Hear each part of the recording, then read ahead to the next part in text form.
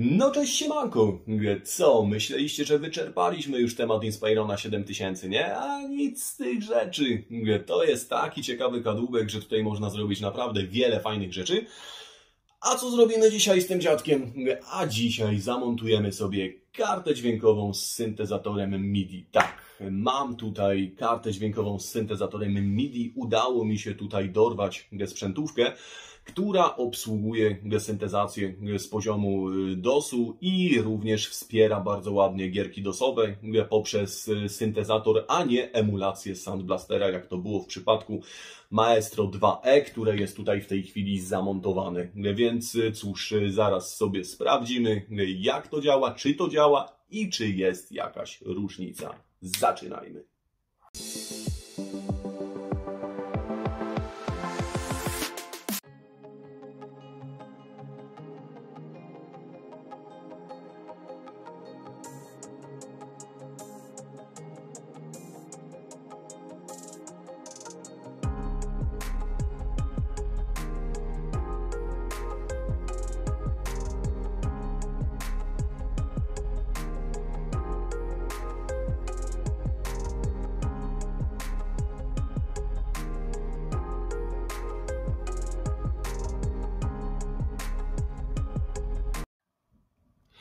Jak widzicie, karta już zamontowana, a swoją drogą powiedzcie mi, ile jeszcze znacie laptopów, w których można wymieniać wewnętrzną kartę dźwiękową, która jest montowana w slocie, która ma więcej niż jedną własną wersję, bo tak jak tutaj widzicie na tabelce, mamy tutaj wersję ESS Maestro 2E, mamy tutaj wersję ESS Maestro 3i i mamy tutaj wersję ESS Maestro 2 bez E.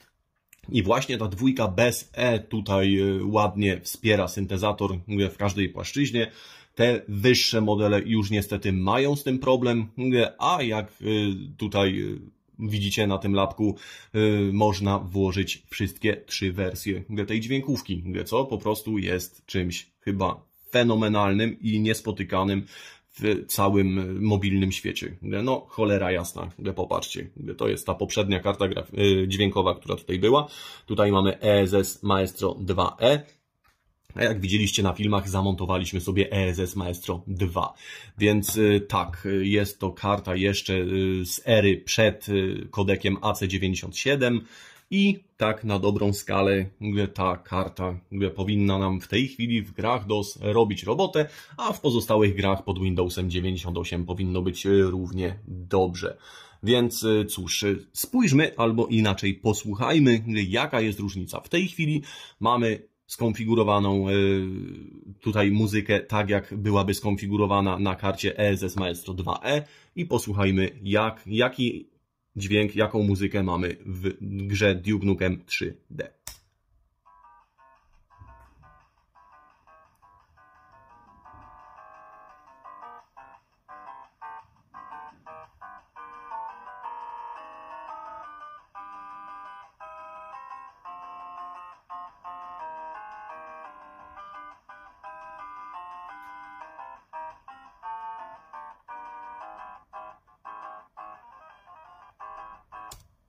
Jak słyszeliście, dźwięk jest taki płytki, stłumiony, lekko z oddali i jakkolwiek działa, tak to nie jest do końca to. I tak na dobrą skalę, żeby zobaczyć skalę tej różnicy, no to załączmy sobie syntezator i usłyszmy różnicę.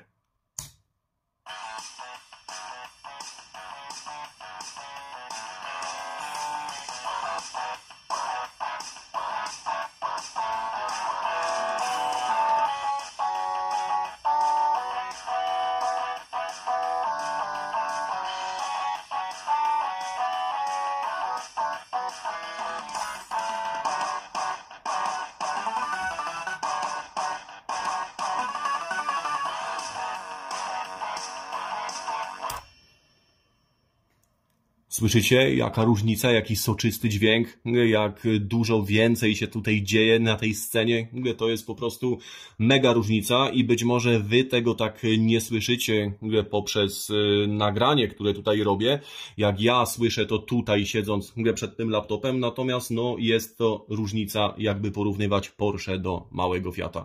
I jakkolwiek w większości lapków retro możecie uzyskać w starych dosowych grach tą pierwszą wersję dźwięku, tak jest naprawdę bardzo mało laptopów, w których możecie uzyskać taki dźwięk, jaki wam przed chwilą puściłem.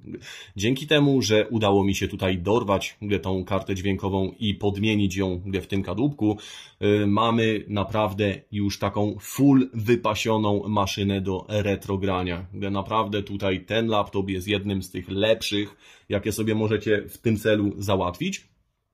Dodając jeszcze do tego fakt, że sama matryca, skalowanie tego panelu, jakby wygładzanie tych czcionek, to wszystko odbywa się na poziomie hardware'owym, zarówno samego panelu, jak i karty graficznej i tu, kurde, naprawdę to wszystko razem sprawia, że ten setup to totalny sztos.